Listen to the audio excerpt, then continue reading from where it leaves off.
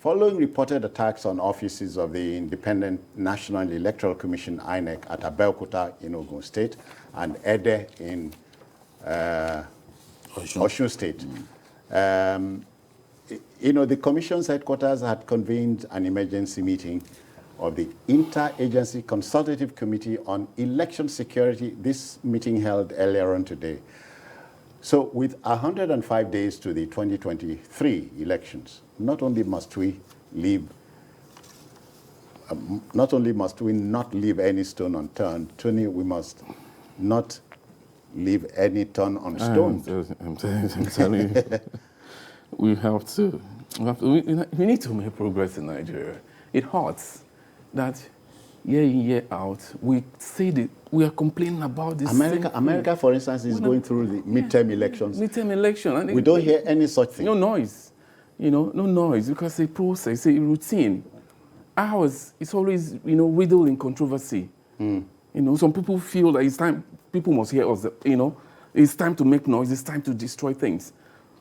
INEC office being burnt. I don't think I like the signal. It's not good for 2023, because it wasn't just burnt. Something followed, something happened. What is the message they're trying to pass? In Ogun State yesterday, for instance, about 65,000 PVCs were burnt. Yeah, so 65,699. Yeah, so it just disenfranchised about 65,000 in addition to voters. Some 904 election boxes. Ballot boxes and other things, generators, I saw, and there was wondering, must we continue to? And that's why, again, the issue is, there are new punitive measures to this, to this attitude of our politicians, because I call politicians because it's not an ordinary man on the streets that went into INEC to burn INEC office. And this happened in the night, according to the security guard. Yeah. They came in about 1 a.m. and start throwing firebomb into the building. See the list of things destroyed. Come in. And then at the end of the day, election bags, 30 megaphones, it will happen after 1 week. We move on.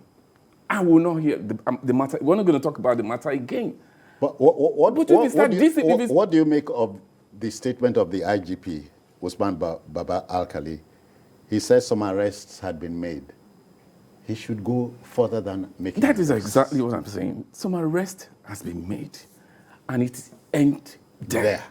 That is just nobody would be punished. That is some arrest. I mean, we've heard cases of vote buying in this country where people are arrested and all that. There are no punitive measures. After that announcement, that is the end. Once you have punitive measures commensurate to the, just imagine this. When we have punitive measures, give appropriate punishment to these people. These things will stop. What if you go and come and somebody say, this and that boy, call the DPO, he said, that boy in your station is my boy, let him go. We will keep having this problem. A phone call. Just a phone call. We're still having this problem. We've been coming a long way since the days of wet year, Yes. And looks like we are not ready to change. This one completely beats me. The unknown gunmen, Ungun or something. They've been going around burning police stations and INEC facilities. Yes, those ones, maybe they are at war with the country, and they've been saying there won't be election unless there's a referendum and all that. We all know that there's no provision for a referendum in the Nigerian Constitution.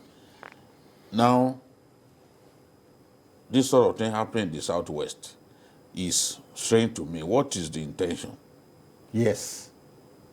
The Abeokuta South local government, that's where I think people like Baba, Oshoba, and the rest of them come from.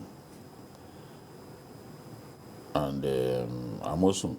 Senator Amosun is also an Abeokuta man. I don't know whether some people think by carrying out this attack, they will stop a particular party from winning the election or make it difficult for their political opponents. I learned that they actually soaked bread. The fuel. Soaked bread in fuel and then Flung. Never heard of before. of course, they too, they are, evil people are always thinking, you know, always thinking. So I still don't understand the bulk beats of the the imagination. destruction of the INEC facilities have been in the southeast. Although just before the election in Ondo, Okay. there was a similar fire. In Ondo State? Yes, in This Ondo last State. one? Yeah, before the last governorship election, the off-season election. Our people want to win by all means possible. And I'm sure this is part of trying to win by all means. Because why would you go and destroy INEC Maybe property? let me act naive here. How does a winning or Burning. a success come They just from... bought 65,000. No, so if you can disenfranchise people in an area where your opponent is strong. You know, even on election day, you see these people deliberately cause violence in some constituencies because they know that where voting is characterized by violence, results are not supposed to be returned from those places. So it's all parts of the games that politicians But play. INEC says it is going to duplicate them. So now, before INEC said that, they probably were not aware that those PVCs could be duplicated. And it will take time for the PVCs to be duplicated. Election is about how many months? How many months to produce even By February, we'll have 65,000? an election in February. Oh, when is it? I'm telling you. And they're going to do 65,000. So I'm sure they didn't know that it's possible for INEC to steal. What if they do this on the eve of an election? That's why we must protect all those. Yeah. The police must prioritize the protection of all those facilities because if they do it, if they destroy INEC materials so close to the election, it can cause so much disruption and sabotage the election in those places. Well, I really don't understand what these guys are after. And I was reading some of the previous attacks. You know, in July 2020, 3rd July, they attacked the INEC office in Igboeze in Enugu and destroyed 740 ballot boxes and 240 cubicles. You know, those cubicles that they use on election day. At least that guarantees some level of privacy for the voter. Sorry, Jide, let's not keep Folabi reaching us from Songo waiting. Folabi, good evening. Welcome. Good evening, Mr. St. Jones, and I greet Babajide and my Tony. We greet you. I'm calling from Songo. You see, on the issue at hand, this burning of INEC office, it is laughable. It is so laughable that when I see the picture, and again, the statement that bread were soaked in the petrol, who were there that thing happened, that they know that it is bread that they use to soak into the petrol. I had it this morning like that. I was wondering, in a situation like that, and when we are almost into the election, what stopped the police to start to be at the doorstep or within the vicinities to guide the area? It is negligence on the part of INEC and the security agents. They're supposed to have been a permanent standby policemen around that area. We can't continue this way. It is a kind of destroying the people's property. All right, Folabi, many thanks. Many thanks. Let me just add that between February 2019 and May 2021, 41 INEC offices have been attacked. Imo State topped the log with the most attacks during the period under review. Imo State, of course, that is linked with the insecurity in Imo and Anambra. The activities of IPOB. Imo leading. Imo, the activities of IPOB and they even disrupted registration of voters and all that and killed people. So, but 41 is such a huge number between February 2019 and today. Yeah. It's such a and May 2021. So you are talking about 2 years. 41. 2019, May 2021. May 2021. You are talking about 41 buildings destroyed in 2 years. That's strategic. So this will certainly set back INEC in terms of its preparation because when you destroy cubicles, what do you want them to conduct the elections with? Because so we are not going to conduct the elections in the open. There must be some level of secrecy. That's it. For the voters. So they need to protect all these facilities seriously a lot more. Tony, does it not bother you that Nigerian politicians have become Machiavellian? They must win by all means, like it or yes.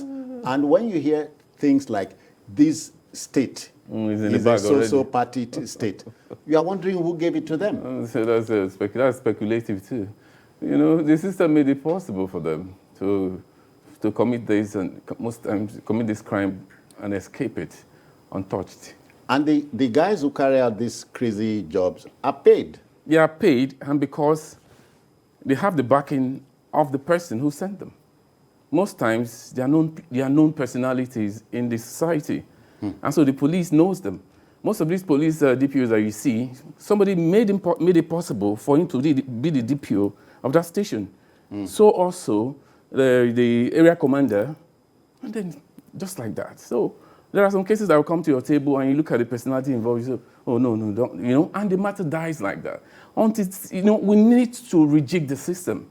A lot of things are going, and it's causing a retrogression. It's not making it's not making Nigeria progress. After 62 years? It's not making us to progress. After 62 years. We have a lot of big manism in the system. And they are not making Nigeria they are not making the country to breathe. It's simple. That is why, and the election is coming now. They have to say, no, we must win this election or this will happen. It's happening again. That's why you see some people they want to campaign in some states. The governors will say it's not possible. Because, power is transient. Today you are the governor, tomorrow you're no longer there. Everything should be, if you can have access to it, allow the other person access to it. Because these are public facilities. It does not belong to you. So they assert their position. So it's choking the system. We know the solution to this problem. I keep saying it. Just how we sit down and say, today, let's sort it. Until we do that, we know. Because when one of theirs is in trouble, he's involved. A phone call away. A phone call away, and there are some people, you want to pick their call, you must attend to it. Yeah. Jide, we must talk to the power brokers because they are watching. Yes, and it's these big politicians who are carrying out these attacks. They are the ones behind the thugs who are carrying out these attacks. But often when you get hold of one of the boys, they will start calling Abuja, asking for the guy to be released and all that. So, but they've done their worst. All we can request is that the security of INEC facilities must be prioritized. In other words, if they have done their worst, INEC must do its best. INEC, because this is it's possible that as we move closer to the election, this thing could get worse. Because we didn't expect these two attacks. Now, so they've got to protect those facilities so that these guys will not be able to destroy them and then set back INEC in terms of its preparations. So this is the we shouldn't wait until it happens again. Take steps to make sure that they do not do this. Sometimes I wonder if they know there's any such thing as nemesis. They don't. Somebody who has ingested illicit drugs, he's not bothered. He's been told go and do it, and they've given him cocaine or whatever. All he wants to do is just get that job done And move on. and move on. They don't bother. They are not moralists. They are not moralists. They are anarchists. They are not moralists. Yeah. So we are not dealing with moralists. We are dealing with anarchists. They don't. Those considerations don't come to their minds. All right, folks, that will just about do it today on the program. Our major job here is to help mold opinion based on the facts available to us. We are done. I want to thank you, Babajide Kolade Otitojo. But thank you, Jones. Anthony Waje, let me indulge you a little. Helen Hussein is a year older today. Today is 11/11. And I'm saying a happy birthday to her. Happy birthday Happy birthday to Madam. You do a fantastic job. To even manage a difficult man requires extraordinary skills. And to have done that for so many years, man. Yeah. They need to give you a professorial chair. Okay. Where? At which institute? At the Akwa Ibom State University. Happy birthday, madam.